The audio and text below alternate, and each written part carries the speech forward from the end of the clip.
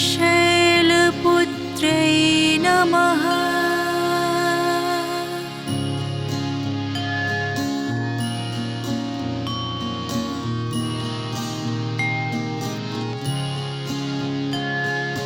वन्दे वाञ्छितलाभाय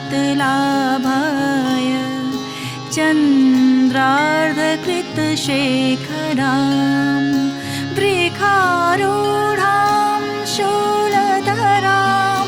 शैलपुत्रीं यशस्विनीम्। वन्दे वाञ्छितलाभाय चन्द्रार्धकृतशेखरां वृखारूढां शूलधरां शैलपुत्रीं यशस्विनीम्।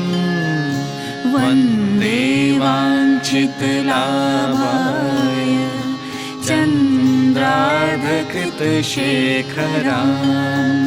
वृखारूढां शूलधरां शैलपुत्रीं यशस्विनीम्। वन्दे वाञ्छितलाभाय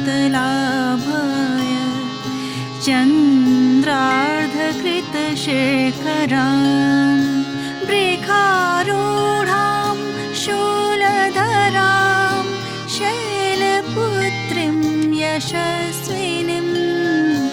वन्दे वाञ्छितलाभाय चन्द्रार्धकृतशेखरां वृखारूढां शूलधरां शैलपुत्रीं यशस्विनीम्। वन्दे वाञ्छितलाभाय चन्द्रार्धकृतशेखरां वृखारूढां शूलधरां शैलपुत्रीं यशस्विनीम्। वन्दे वाञ्छितलाभाय चन्द्रार्धकृतशेखरां वृखारूढां शूलधरां शैलपुत्रीं यशस्विनीम्। वन्दे वाञ्छितलाभाय चन्द्रार्धकृतशेखरां वृखारूढां शूलधरां शैलपुत्रीं यशस्विनीम्। वन्दे वाञ्छितलाभाय चन्द्रार्धकृतशेखरां वृखारूढां शूलधरां शैलपुत्रीं यशस्विनीम्। वन्दे वाञ्छितलाभाय चन्द्रार्धकृतशेखरां वृखारूढां शूलधरां शैलपुत्रीं यशस्विनीम्। वन्दे वाञ्छितलाभाय चन्द्रार्धकृतशेखरां वृखारूढां शूलधरां शैलपुत्रीं यशस्विनीम्। वन्दे वाञ्छितलाभाय चन्द्रार्धकृतशेखरां वृखारूढां शूलधरां शैलपुत्रीं यशस्विनीम्। वन्दे वाञ्छितलाभाय चन्द्रार्धकृतशेखरां वृखारूढां शूलधरां शैलपुत्रीं यशस्विनीम्। वन्दे वाञ्छितलाभाय चन्द्रार्धकृतशेखरां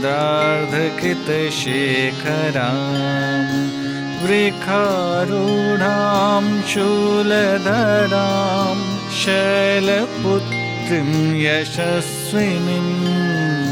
वन्दे वन्देवाञ्छितलाभाय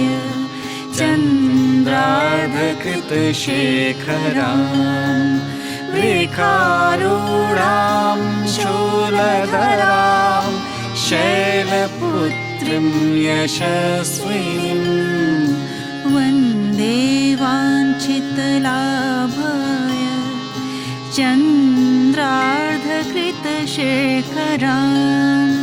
वृखारूढां शूलधरां शैलपुत्रीं यशस्विनीं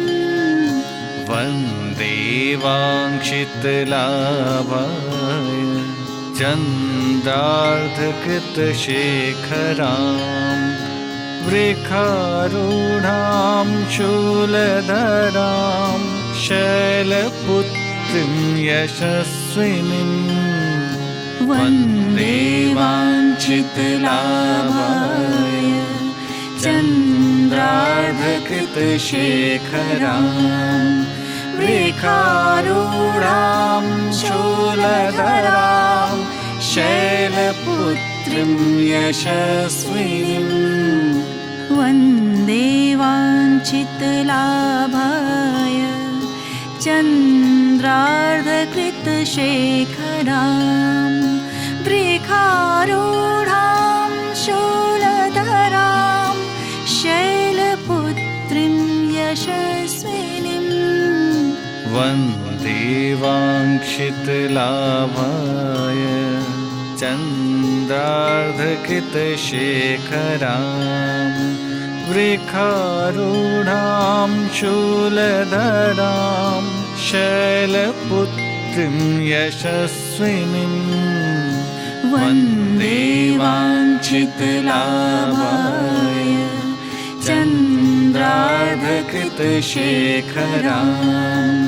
वृखारूढां शूलधरां शैलपुत्रीं यशस्विनीं वन्दे वाञ्छितलाभाय चन्द्रार्धकृतशेखरां वृखारूढां शूलधरां शैलपुत्रीं यशस्विनीं वन्दे वाञ्छितलाभाय चन्द्रार्धकृतशेखरां वृखारूढां शूलधरां शैलपुत्रीं यशस्विनीं वन्दे वाञ्छितलाभाय चन्द्रार्धकृतशेखरां वृखारूढां शूलधरां शैलपुत्रीं यशस्विनीं वन्दे वाञ्छितलाभाय चन्द्रार्धकृतशेखरां वृखारूढां शूलधरां शैलपुत्रीं यशस्विनीं वन्दे वाञ्छितलाभाय चन्द्रार्धकृतशेखरां वृखारूढां शूलधरां शैलपुत्रीं यशस्विनीं वन्दे वाञ्छितलाभाय चन्द्रार्धकृतशेखरां वृखारूढां शूलधरां शैलपुत्रीं यशस्विनीं वन्दे वाञ्छितलाभाय चन्द्रार्धकृतशेखरां वृखारूढां शूलधरां शैलपुत्रीं यशस्विनीं वन्दे वाञ्छितलाभाय चन्द्रार्धकृतशेखरां वृखारूढां शूलधरां शैलपुत्रीं शैलपुत्रीं यशस्विनीं वन्दे वाञ्छितलाभाय चन्द्रार्धकृतशेखरां वृखारूढां शूलधरां शैलपुत्रीं यशस्विनीं वन्दे वाञ्छितलाभाय चन्द्रार्धकृतशेखरां वृखारूढां शूलधरां शैलपुत्रीं यशस्विनीं वन्दे वाञ्छितलाभाय चन्द्रार्धकृतशेखरां वृखारूढां शूलधरां शैलपुत्रीं यशस्विनीं वन्दे वाञ्छितलाभाय चन्द्रार्धकृतशेखरां वृखारूढां शूलधरां शैलपुत्रीं यशस्विनीं वन्दे वाञ्छितलाभाय चन्द्रार्धकृतशेखरां वृखारूढां शूलधरां शैलपुत्रीं यशस्विनीं वन्दे वाञ्छितलाभाय चन्द्रार्धकृतशेखरां वृखारूढां शूलधरां शैलपुत्रीं यशस्विनीं वन्दे वाञ्छितलाभाय चन्द्रार्धकृतशेखरां वृखारूढां शूलधरां शैलपुत्रीं यशस्विनीं वन्दे वाञ्छितलाभाय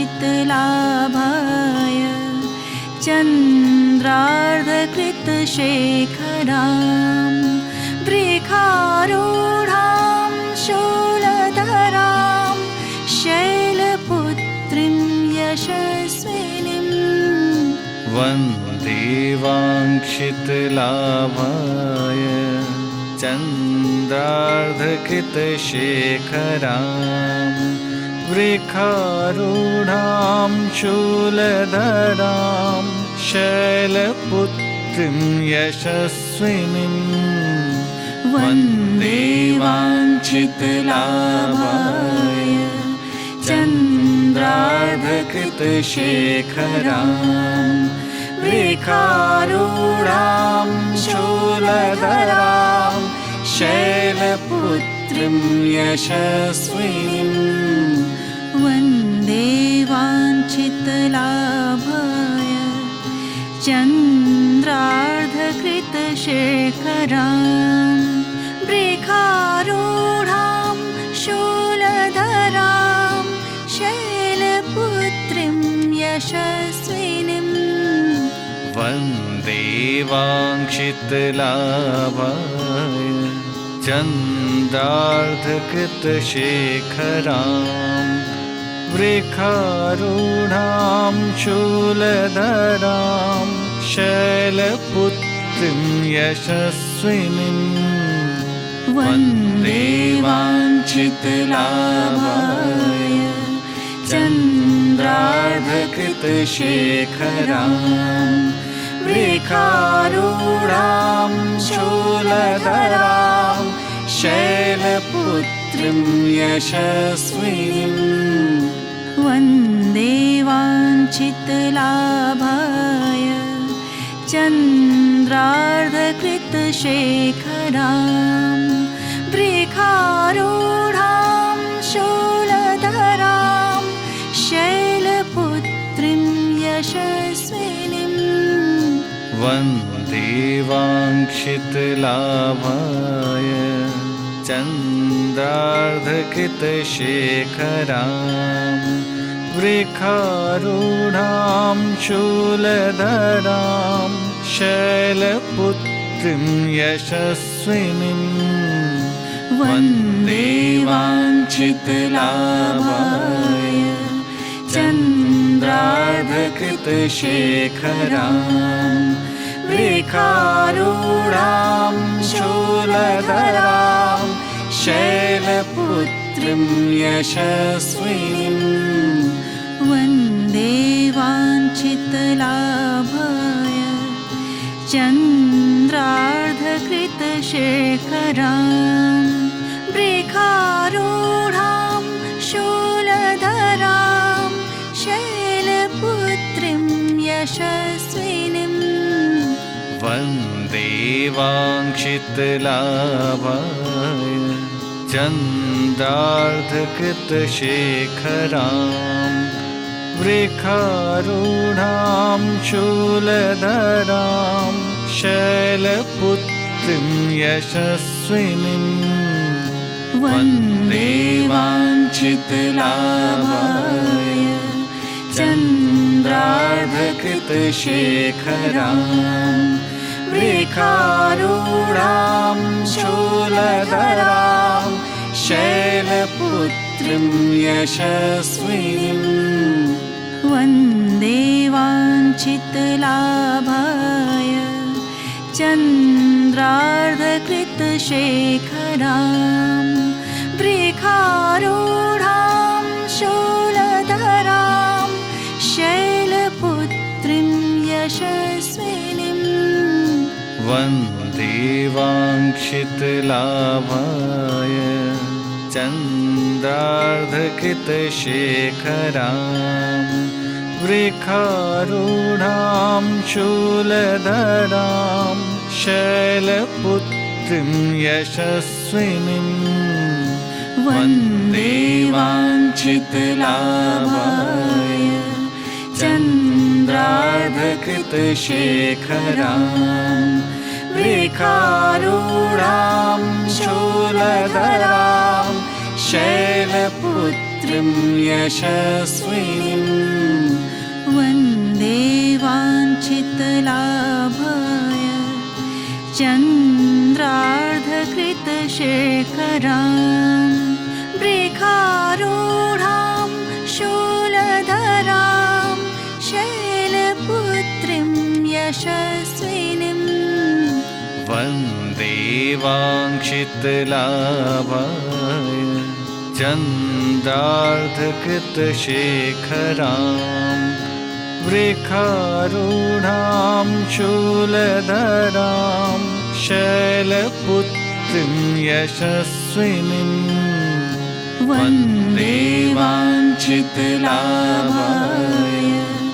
चन्द्रार्धकृतशेखरां वृखारूढां शूलधरां शैलपुत्रीं यशस्विनीं वन्दे वाञ्छितलाभाय चन्द्रार्धकृतशेखरां वृखारूढां शूलधरां शैलपुत्रीं यशस्विनीं वन्दे वाञ्छितलाभाय चन्द्रार्धकृतशेखरां वृखारूढां शूलधरां शैलपुत्रीं यशस्विनीं वन्दे वाञ्छितलाभाय चन्द्रार्धकृतशेखरां वृखारूढां शूलधरां शैलपुत्रीं यशस्विनीं वन्दे वाञ्छितलाभाय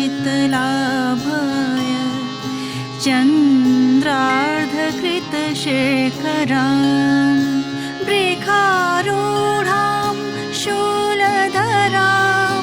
शैलपुत्रीं यशस्विनीं वन्दे वाञ्छितलाभाय चन्द्रार्धकृतशेखरां वृखारूढां शूलधरां शैलपुत्रीं यशस्विनीं वन्दे वाञ्छितलाभाय चन्द्रार्धकृतशेखरां वृखारूढां शूलधरां शैलपुत्रीं यशस्विनीं वन्दे वाञ्छितलाभाय चन्द्रार्धकृतशेखरां वृखारूढां शूलधरां शैलपुत्रीं यशस्विनीं वन्दे वाञ्छितलाभाय चन्द्रार्धकृतशेखरां वृखारूढां शूलधरां शैलपुत्रीं यशस्विनीं वन्दे वाञ्छितलाभाय चन्द्रार्धकृतशेखरां वृखारूढां शूलधरां शैलपुत्रीं यशस्विनीं वन्दे वाञ्छितलाभाय चन्द्रार्धकृतशेखरां वृखारूढां शूलधरां शैलपुत्रीं यशस्विनीं वन्दे वाञ्छितलाभाय चन्द्रार्धकृतशेखरां वृखारूढां शूलधरां शैलपुत्रीं यशस्विनीं वन्दे वाञ्छितलाभाय चन्द्रार्धकृतशेखरां वृखारूढां शूलधरां शैलपुत्रीं यशस्विनीं वन्दे वाञ्छितलाभाय चन्द्रार्धकृतशेखरां वृखारूढां शूलधरां शैलपुत्रीं यशस्विनीं वन्दे वाञ्छितलाभाय चन्द्रार्धकृतशेखरां वृखारूढां शूलधरां शैलपुत्रीं यशस्विनीं वन्दे वाञ्छितलाभाय चन्द्रार्धकृतशेखरां वृखारूढां शूलधरां शैलपुत्रीं यशस्विनीं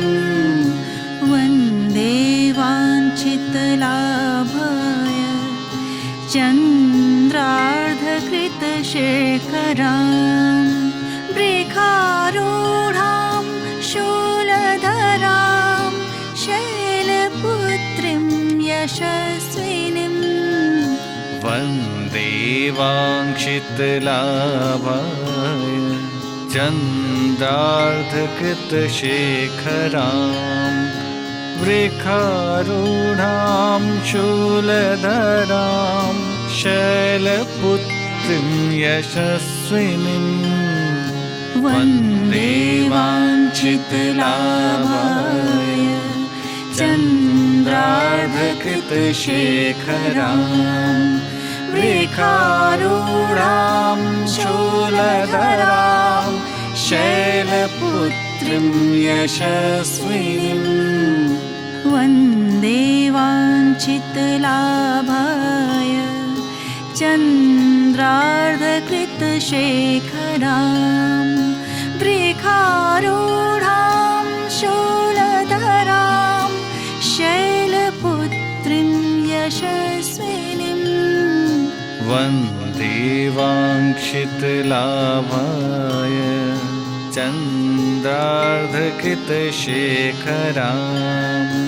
वृखारुढां शूलधरां शैलपुत्रीं यशस्विनीं वन्दे वाञ्छितलाभाय चन्द्रार्धकृतशेखरां वृखारूढां शूलधरां शैलपुत्रीं यशस्विनीं वन्दे वाञ्छितलाभाय चन्द्रार्धकृतशेखरां वृखारूढां शूलधरां शैलपुत्रीं यशस्विनीं वन्दे वाञ्छितलाभाय चन्द्रार्धकृतशेखरां वृखारूढां शूलधरां शैलपुत्रीं यशस्विनीं वन्दे वाञ्छितलाभाय चन्द्रार्धकृतशेखरां वृखारूढां शूलधरां शैलपुत्रीं यशस्विनीं वन्दे वाञ्छितलाभाय चन्द्रार्धकृतशेखरां वृखारूढां शूलधरां शैलपुत्रीं यशस्विनीं वन्दे वाञ्छितलाभाय चन्द्रार्धकृतशेखरां वृखारूढां शूलधरां शैलपुत्रीं यशस्विनीं वन्दे वाञ्छितलाभाय चन्द्रार्धकृतशेखरां वृखारूढां शूलधरां शैलपुत्रीं यशस्विनीं वन्दे वाञ्छितलाभाय चन्द्रार्धकृतशेखरां वृखारूढां शूलधरां शैलपुत्रीं यशस्विनीं वन्दे वाञ्छितलाभाय चन्द्रार्धकृतशेखरां वृखारूढां शूलधरां शैलपुत्रीं यशस्विनीं वन्दे वाञ्छितलाभाय चन्द्रार्धकृतशेखरां वृखारूढां शूलधरां शैलपुत्रीं यशस्विनीं वन्दे वाञ्छितलाभाय चन्द्रार्धकृतशेखरां वृखारूढां शूलधरां शैलपुत्रीं यशस्विनीं वन्दे वाञ्छितलाभाय चन्द्रार्धकृतशेखरां वृखारूढां शूलधरां शैलपुत्रीं यशस्विनीं वन्दे वाञ्छितलाभाय चन्द्रार्धकृतशेखरां वृखारूढां शूलधरां शैलपुत्रीं यशस्विनीं वन्दे वाञ्छितलाभाय चन्द्रार्धकृतशेखरां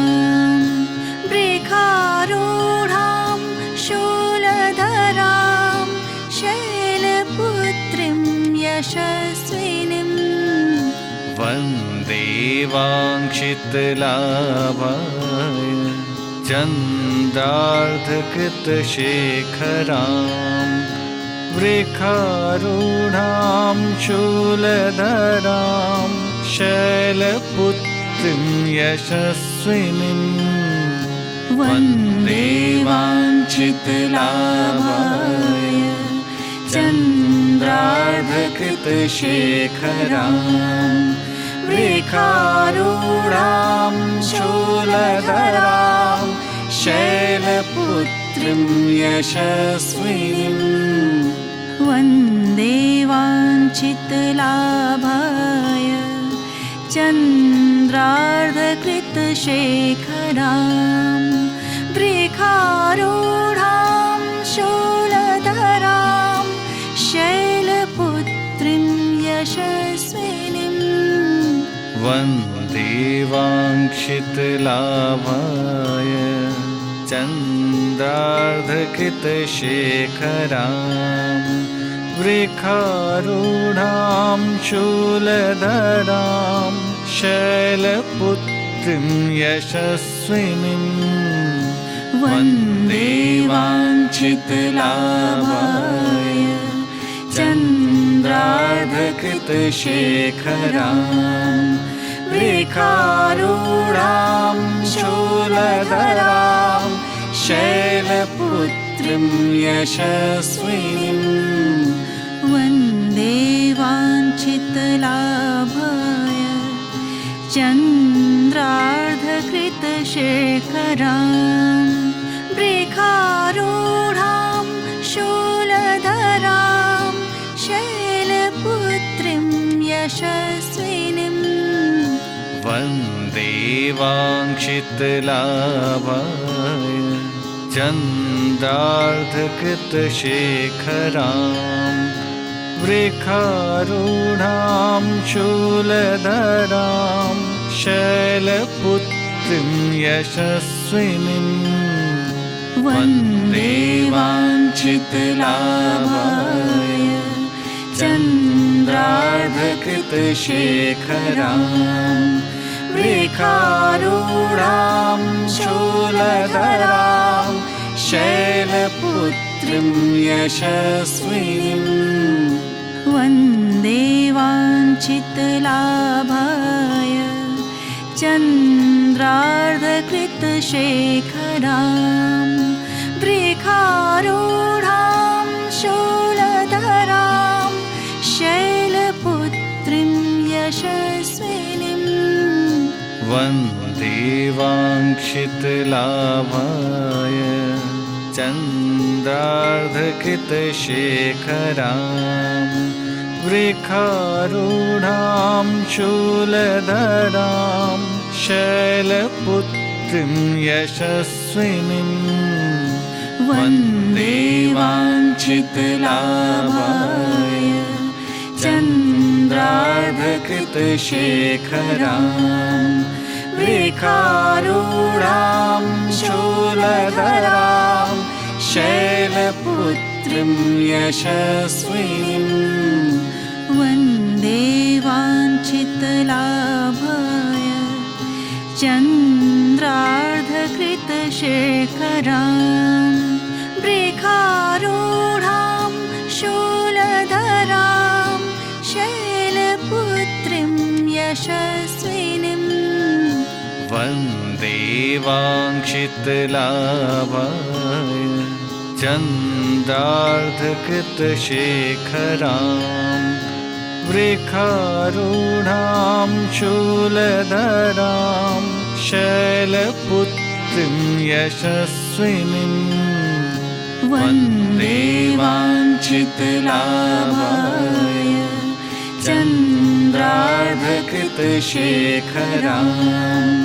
वृखारूढां शूलधरां शैलपुत्रीं यशस्विनीं वन्दे वाञ्छितलाभाय चन्द्रार्धकृतशेखरां वृखारूढां शूलधरां शैलपुत्रीं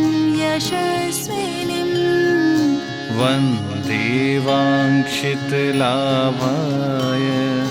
चन्द्रार्धकृतशेखरां वृखारूढां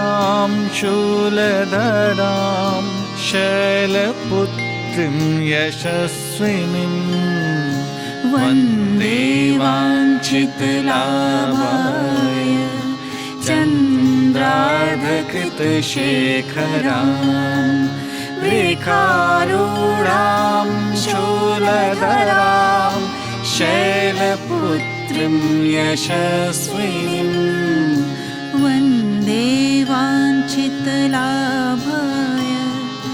चन्द्रार्धकृतशेखरां वृखारूढां शूलधरां शैलपुत्रीं यशस्विनीं वन्दे वाञ्छितलाभाय चन्द्रार्धकृतशेखरां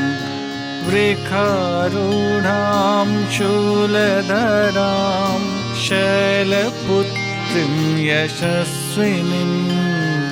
वन्दे वाञ्छितलाभाय चन्द्रार्धकृतशेखरां वृखारूढां शूलधरां